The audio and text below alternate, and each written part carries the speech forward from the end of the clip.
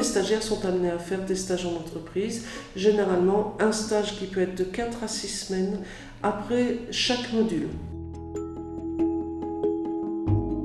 On l'accompagne comme tout autre stagiaire, c'est-à-dire qu'on a donc des temps individuels pour cibler les entreprises sur sa zone géographique et avec lesquelles il aimerait bien découvrir leur environnement de travail et puis qui peuvent correspondre aussi à des perspectives aussi de besoins sur les compétences que la personne se situe. Les accompagner sur l'aide à la rédaction d'un CV par compétences, les lettres de demande de stage. Faites en sorte de placer dans la partie prod du CV les informations les plus valorisantes, donc les compétences, les qualités.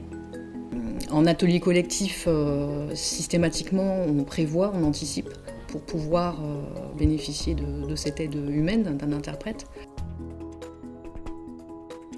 On prend contact avec les entreprises pour proposer le profil aux entreprises répondant à l'objectif du stage. On valorise d'abord les compétences techniques de la personne, notamment ceux qui sont sur les titres professionnels, et ensuite on informe les entreprises sur la déficience auditive et que l'on puisse l'accompagner sur des outils, que ce soit des outils des aides techniques qui existent et aussi des aides humaines pour les temps forts. Mon stagiaire qui a recherché une entreprise sur Paris a utilisé une interprète et il a trouvé un stage du premier coup.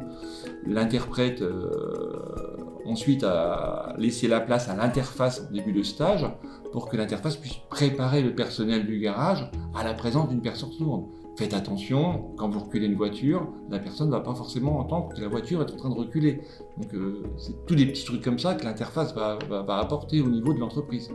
C'est parce que les autres salariés ne connaissent pas ce type de handicap, donc pas forcément faire très attention à la personne qui n'entend pas.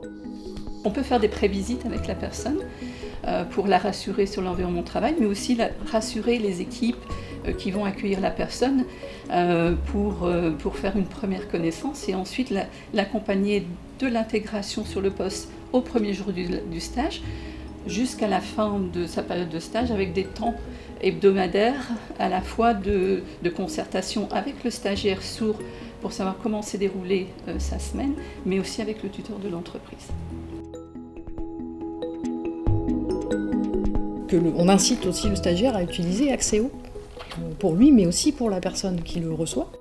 Axéo, c'est un outil qui permet aux stagiaires de pouvoir avoir une traduction de ce qui est dit par le professionnel. Donc le bénéficiaire demande à avoir, soit sur rendez-vous, ou ça peut être aussi sans rendez-vous, demande à avoir accès à un interprète pour pouvoir avoir des informations traduites en langue des signes. On est amené également à aller en entreprise, notamment pour la première rencontre avec l'employeur. S'il y a un bilan de stage qui est effectué au cours de la période de stage, enfin voilà, on va être sollicité sur toutes ces démarches-là. La surdité n'est pas du tout un frein en soi dans les entreprises. Il faut vraiment, comme je l'avais déjà précisé, l'entreprise, elle recrute des compétences techniques. Après qu'on l'accompagne sur la compensation handicap par des aides techniques ou des aides humaines, il existe aujourd'hui des aides financières qui permettent à l'entreprise de s'appuyer via la GFIP ou le FIP-HFP pour bénéficier de financement, pour faire appel à des prestataires ou mettre en place des aides techniques. Donc rien n'est insurmontable. On peut vraiment, tout est possible et envisageable en entreprise.